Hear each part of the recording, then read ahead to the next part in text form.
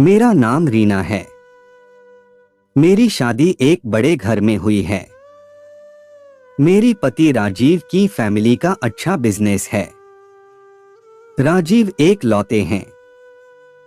सास ससुर में और राजीव हम 4 लोगों का ही परिवार है। राजीव और पापा जी सारा बिजनेस संभालते हैं, इसलिए काम से वापस आने का कोई समय नहीं होता है। राजीव अब एक नया काम शुरू करने वाले हैं, नई जगह पर। वहां पर हमारा एक फार्म हाउस भी है, इसलिए हम दोनों कुछ दिन वही जाकर रहेंगे। फार्म हाउस में समय बिताने के साथ राजीव अपना काम भी करते रहेंगे। सुबह जल्दी ही हम लोग फार्म हाउस में पहुंच गए। फार्म हाउस की देख रेख के लिए एक नौकर था, वो वही पास एक रूम में रहता था। हम जैसे ही पहुंचे, दूर से किशोर दौड़ता आया हमारी कार के पास। आकर उसने ही कार का दरवाजा खोला। नमस्ते मालकिन, हंसते हुए मुझे बोला। राजीव ने कहा, यह किशोर है, हमारे फार्म की देखभाल करता है। मैं अंदर जाकर बैठी। थोड़ी देर बाद राजीव अपने काम में बिजी हो गए। उन्होंने किशोर को कहा कि मैडम को फार्म दिखा दो। किशोर बोला, ठीक है साहब। वो मुझे फार्म दिखाने ले गया। फार्म में हम घूम रहे थे, तब गेट के बाहर से एक लगभग 6 से 7 साल की लड़की ने किशोर को आवाज लगाई। वो स्कूल से वापस जा रही थी। किशोर बोला, मैडम मैं आता हूं। वो गेट पर खड़ा उस लड़की से बात करने लगा। मेरी नजर पड़ी तो वो लड़की मेरी तरफ ही देखे जा रही थी। फिर वापस आकर बोला, मैडम आप आराम करिए, मैं आता हूं। ऐसा बोलकर वो चला गया।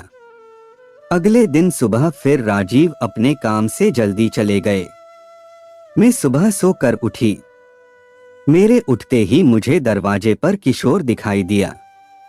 मैंने पूछा, क्या कर रहे हो यहाँ पर? बोला, मैडम अभी आया हूँ चाय लेकर। मैंने बोला, ठीक है, यहाँ टेबल पर रखकर चले जाओ। मैं नहाकर किचन में गई। किशोर वही था, अपना कुछ काम कर रहा था। फिर वो मुझसे बातें करने लगा। मैं उस तरह की लड़की नहीं हूं कि कोई एकदम से मुझसे बात करे और मैं भी उससे करने लगूं, इसलिए मैंने उसकी बातों पर कोई जवाब नहीं दिया। यहाँ का पुराना नौकर था, इसलिए मैं उसकी बातें सुन भी रही थी। अगर ऐसा नहीं होता तो शायद मैं उसे डांट देती।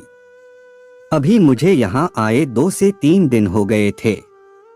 मैंने यह नोटिस किया कि वो मुझसे बात करने की कोशिश लगातार करता ही रहता था। एक दोपहर में कमरे में अकेली बैठी थी। अचानक से किशोर कमरे में आता है। बोलता है, मैडम मुझे कुछ पूछना है। मैंने बोला, क्या? बोला, मैडम आप बुरा मत मानना। मैंने बोला, पूछो। बोला, मैडम मैं आपकी एक फोटो ले सकता हूँ। मेरे मुंह से निकला, क्या? बाहर निकलो अभी कमरे से। किशोर बोला, मैडम आप गलत समझ रहे हैं, मेरी बात तो सुनिए। मुझे पता नहीं क्यों गुस्सा आ गया। मैंने बोला, बाहर निकलो या अभी तुम्हारे साहब को फोन करूं। इतना बड़ा घर और मेरे लिए तो अनजान ही था। ऊपर से वो इस तरह की बातें कर रहा था। मुझे कुछ अजीब लगा। मैंने सोचा शाम को राजीव आएंगे तो सबसे पहले इसकी छुट्टी करवाऊंगी। शाम को राजीव आए तो मैंने उनको सब बताया। राजीव मानने को तैयार ही नहीं थे। बोले, यह कई सालों से है। उसकी एक बच्ची भी है। तुम कुछ गलत समझ रही हो, उसकी बच्ची के बारे में मुझे पता नहीं था। मैंने बोला, कई सालों से यहाँ कोई लड़की भी नहीं आई थी। राजीव ने बोला, रुको अभी बुलाकर बात करते हैं। राजीव ने किशोर को आवाज लगाई। किशोर आया तो राजीव ने बोला, क्या हुआ किशोर? तुम्हारी मैडम कुछ कंप्लेंट कर रही है।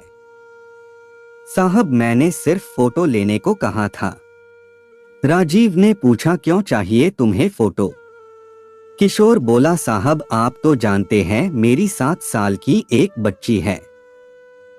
उसकी माँ उसके पैदा होते ही चल बसी थी और जब वो 2 साल की तब हमारे घर में आग लग गई थी। भगवान की कृपा हम तो बच गए, लेकिन उसकी माँ की सारी निशानियां खत्म हो गई। बिना माँ की बच्ची को संभालना बड़ा मुश्किल होता है साहब। मैडम, उस दिन जब मैं आपका फॉर्म दिखा रहा था तब स्कूल से घर वापस जाते वक्त उसने हमें देख लिया। मेरा घर यही थोड़ी दूर पर है, उसकी दादी उसे संभालती है। हमेशा मुझसे पूछती रहती थी कि पापा मेरी कैसी दिखती थी, कैसी चलती थी, कैसे बातें करती थी।